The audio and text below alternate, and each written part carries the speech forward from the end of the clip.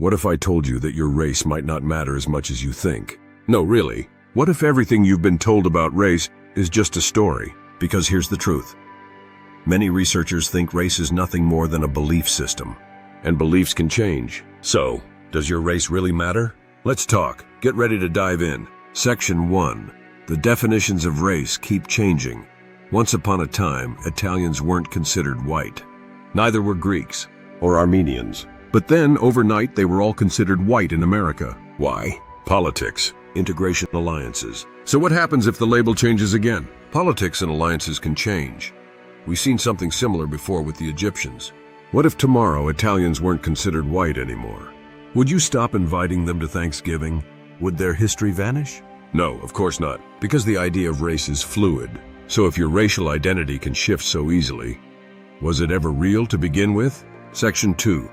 What exactly about your race do you even represent? Some people say they're proud of their race, but here's a question. Proud of what thing exactly? Because most of what your race accomplished, you didn't do. The people who built pyramids, invented algebra, colonized the moon, painted cathedrals. That was maybe 1% of your ancestors, if that. You didn't build Rome, or Mali, or China. You just happened to be born near the people who did. Really, every race has a 1%. The 1% who invent, who create, who shape the world. 1% of Europeans built Europe. Did the people of Moldova build as much as the people of Rome? Did the people of Finland invent as much as the people of Greece? Even in China, around 1% of Chinese were the ones who made fire-laced rockets. The rest? They lived their lives, just like us. So when we say my race built this, we're really talking about elites, the few, not the majority. Race alone didn't build civilization. Also, let me ask, did you build it?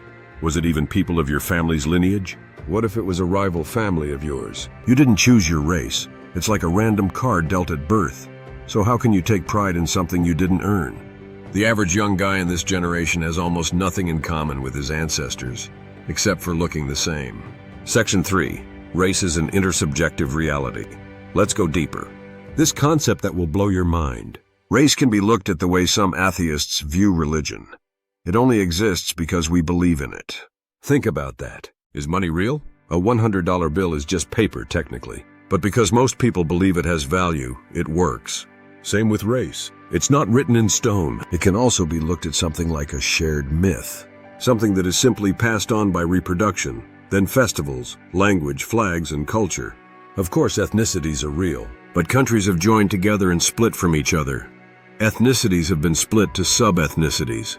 Whole empires have vanished. Maps change. So what happens when we stop believing in race the way we once believed the earth was flat?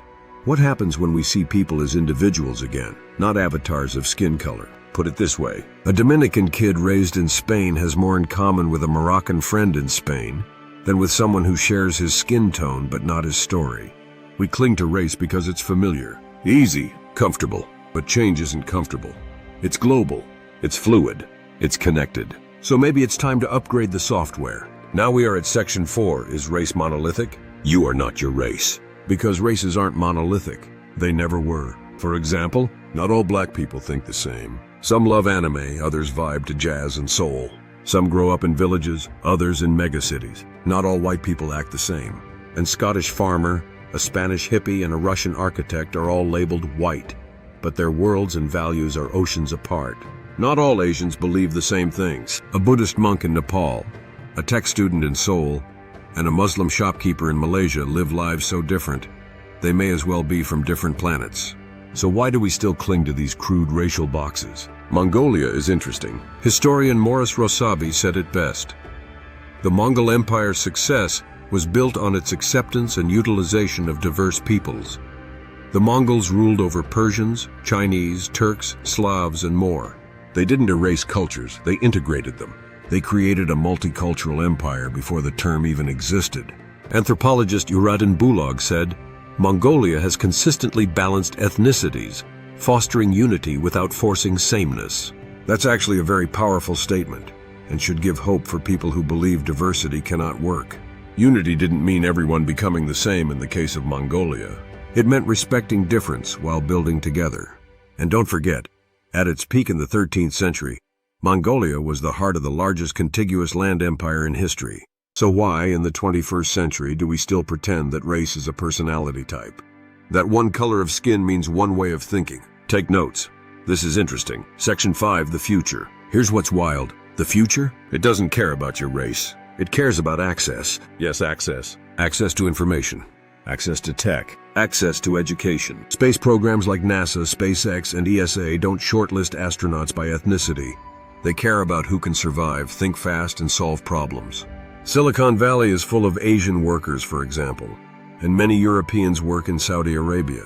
You know what else doesn't care about race? Robots, gene editing, and genetic selection.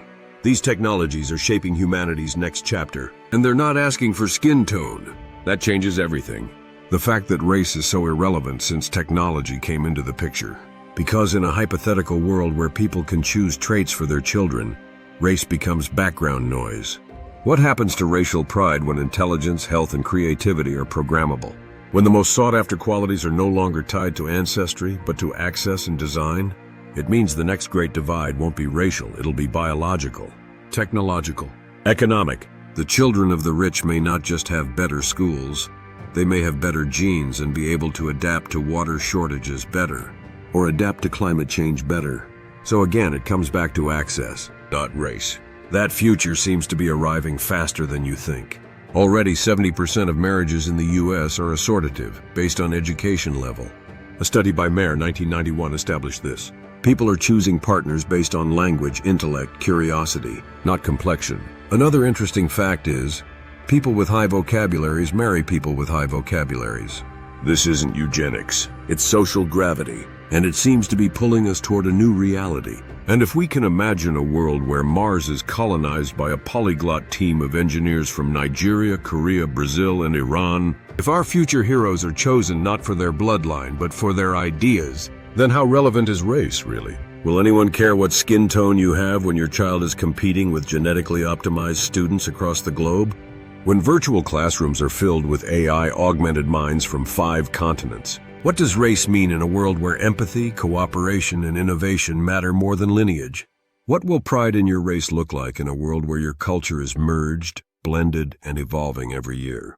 Will race survive when borders don't? Will it matter when algorithms care more about your attention span than your ancestry?